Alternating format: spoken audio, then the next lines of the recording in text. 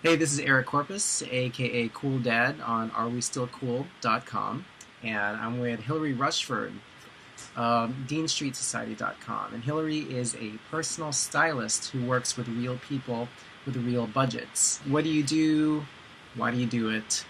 Yeah. Well, I was a musical theater performer for many years in the city, and so basically was living on a starving artist budget. And yet, friends would always ask me, you know, how do you look so cute, or where do you get your clothes, or you always look so pulled together. So just sort of by necessity, I had a lot of years of experience of figuring out how to dress on a budget for one thing, and I think just over time in New York, if you look back at what how I was dressing 7 years ago when I first moved here compared to now, I think I've just kind of evolved and taken a lot in visually. So I think that a lot of people think if only they had more money, they could dress better and therefore would be more confident at work or more confident on, first dates or whatnot. And so a lot of my passion is kind of taking the money aspect out of it. And a lot of what I do with my clients is remixing their wardrobe. So trying to make better use of what you already have. Somehow, after years of just being married and being adults and now finally having kids, we realized, hey, there is this thing called good fashion. And like for me recently, realized that I can buy shirts that don't necessarily double over from all the extra space and bagginess. So it's like Yes. opened my eyes and unfortunately Yeah. my wallet too. So we'd love to talk to you about your thoughts on um, fashion, of course, and especially in terms of parents. I think for all people, it's genuinely about displaying confidence and kind of living your brand. I mean, when we look at it from a cultural perspective, we're very aware, for example, that it matters what a presidential candidate looks like. Like we always hear people talk about he looked very presidential, or we really pay attention to how is Hillary Clinton dressing during the campaign, or like it's just prevalent in our society that visual does matter and we do respond to people differently based on the visual that they're giving. So I don't think that necessarily has to be hip or chic or stylish, but I think it's about showing that you respect yourself, you respect the situation, you're showing up at 100% for the interview, the networking event, the date night with your spouse. And I think as married people, there's that added like it also matters to keep conveying that to your spouse and to one another. And then I think when you have kids, there's the added level of representing that for your kids, just representing, we respect ourselves, we walk out the door with confidence in the morning. Also, we don't walk out of the door in a flurry of chaos because we've, changed clothes 10 times because we, don't like anything we have, or we just keep buying more and more. Our closets are overflowing. That's the answer to everything. Like, I think that there are small messages in that, that it's an added element of actually what happens behind closed doors, your kids are seeing. Whereas if you live by yourself, no one else might see that your closet is crammed to the gills and, that you're late for work every morning because you keep changing clothes because you don't like anything. I think that's more of a girl thing than a guy thing, but I wish I could say that it was more of a girl thing. Well, at least in my case, it's definitely a guy dad thing here, where yeah, I would talk to Laura slash cool mom and say, "How does this look?" And then she'll be like, absolutely. "Okay," and then go through 5 or 6 iterations of Mhm. different outfits, and then still walk out the door not feeling really confident, not feeling really great about what I put together, but just like, this is what I have, and I'm 10 minutes late. Yeah.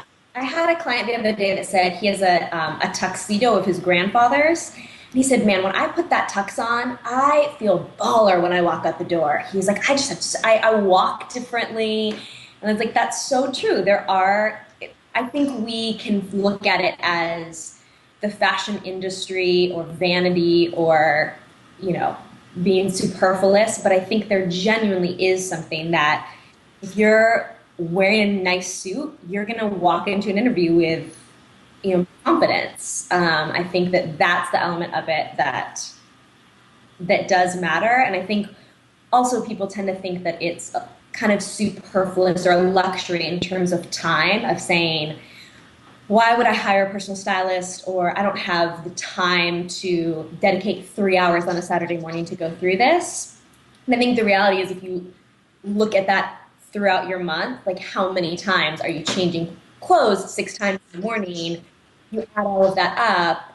Actually, if you like batch that into, let me get organized. Let me make sure that I make the best use of what I have.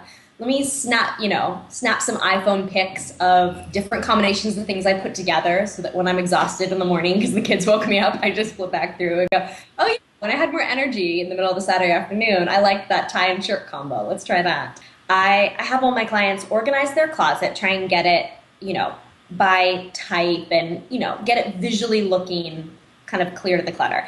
And then put some sort of marker, like I usually use a ribbon for women or a piece of rope for men.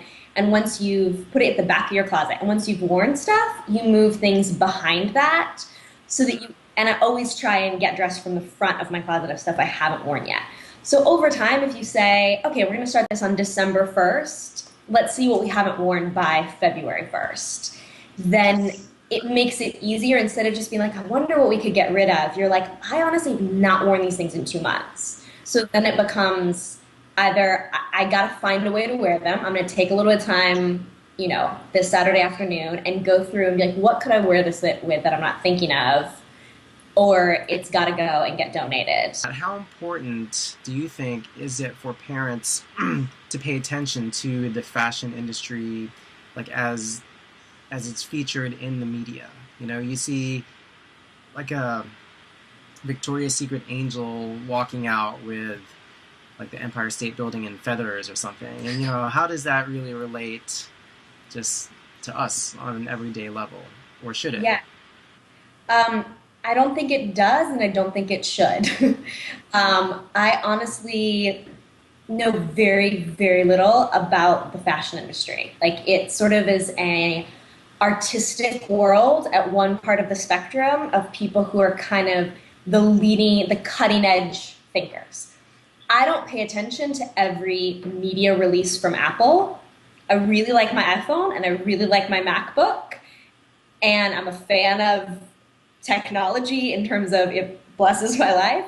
But I don't pay attention to the next cutting edge thing that is going to be on the market in 3 years because it doesn't apply to me. And when it first comes out on the market, I'm not going to be able to afford it. From the celebrity point of view, I would say, like if you're trying to get visual inspiration, like for my pregnancy clients, I've done, guest blog posts on kind of the different sorts of celebrity style in being pregnant. So that might just kind of help you think outside the box. If you're pregnant for the first time, if you really thought about wearing pregnancy clothes, you could, for example, see one of my blog posts and realize like, oh, this, I can kind of do the like rocker chick thing like Rachel Zoe did. I can kind of do the like hippie chic thing like Nicole Richie. It's just kind of like a good inspiration point.